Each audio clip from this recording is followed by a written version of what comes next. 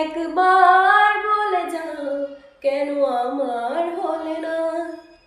বুকের জমানো ব্যথা কান্নার নোনা